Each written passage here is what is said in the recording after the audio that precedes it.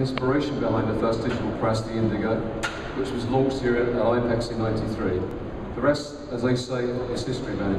So Benny, would you like to say a few words on behalf of the champion set?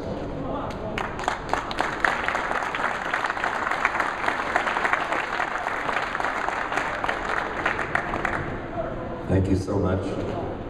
I can't tell you how thrilled I am to be here and see so many familiar faces.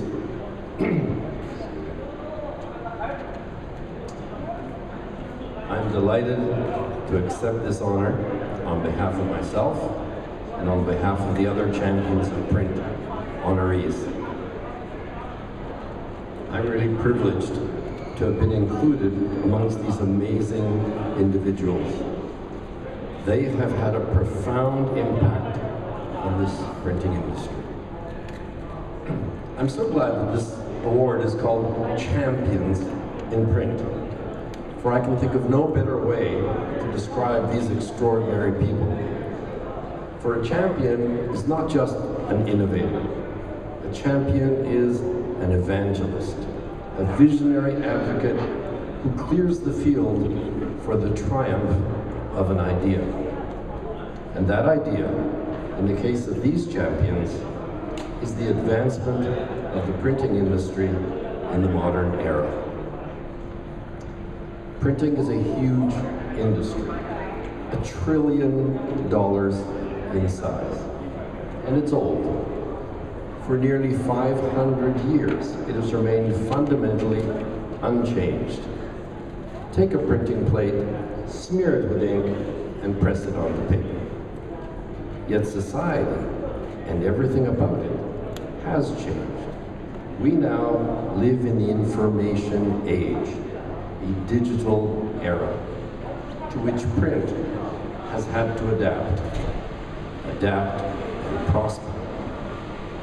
This process which we are witnessing of this mammoth industry going through a metamorphosis, converting itself into a modern, digital, prospering industry, is one of the great transformations of our time.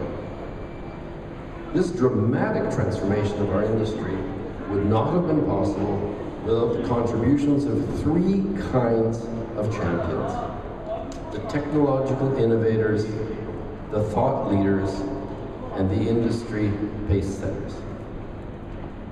Technological innovators made it all possible. In our industry, the pioneering innovator who laid the foundations for the rest of us is John Crossfield, founder of Crossfield Electronics.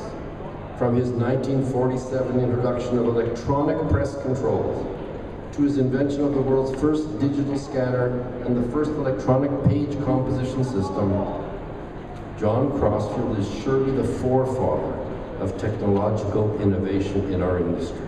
He laid the groundwork for the digital innovations to follow. Innovations such as PostScript, the watershed invention of John Warnock and Chuck Geschke, founders of Adobe, which heralded the advent of desktop publishing. Innovations such as computer-to-plate imaging systems, which had such a dramatic impact on the industry, pioneered by Danny Gelbart, founder of Creo, and one of our industry's most prolific inventors. I personally am particularly grateful to these technological innovators, for it is upon the foundations that they laid that Indigo was built. After all, Indigo simply completed the loop. First came electronic press controls, then digital publishing, digital image scanning and image composition, digital plate making, and finally, digital printing. It was at IPEX 17 years ago that Indigo launched the world's first digital offset color printing press and shook the industry. The rest is history. No one is more thrilled than I with how that history is now unfolding. But innovation alone does not change an industry. Change requires the industry to alter its habits, alter its way of thinking. That requires educators, thought leaders, individuals so highly regarded that their mere words, their ideas, are embraced by others. Thought leaders such as Frank Romano, who, through his numerous books, publications, articles, and lectures, has had a profound impact upon the industry, making it receptive to new ideas, receptive to change. No one has had a greater impact on the industry's adoption of change than Frank Romano. And talking about change, it wasn't long ago that we all thought that television and the internet would be the death knell of printed books. Until, of course, Harry Potter, J.K. Rowling's amazing creation that spawned a renaissance in book publishing. And for many of us, J.K. Rowling renewed our hope that reading will live on in spite of Facebook. But technological innovation and thought leadership alone don't create change. The last piece of the puzzle, of course, are those who actually make change happen, the commercial printers themselves. And there can be no finer examples of commercial leadership than the two champions that have been named on both sides of the Atlantic. Lord Bob Gavron and his amazing company, the amazing company he founded, St. Ives, and R.R. Donnelly, two of the industry's largest, most successful, and most admired companies.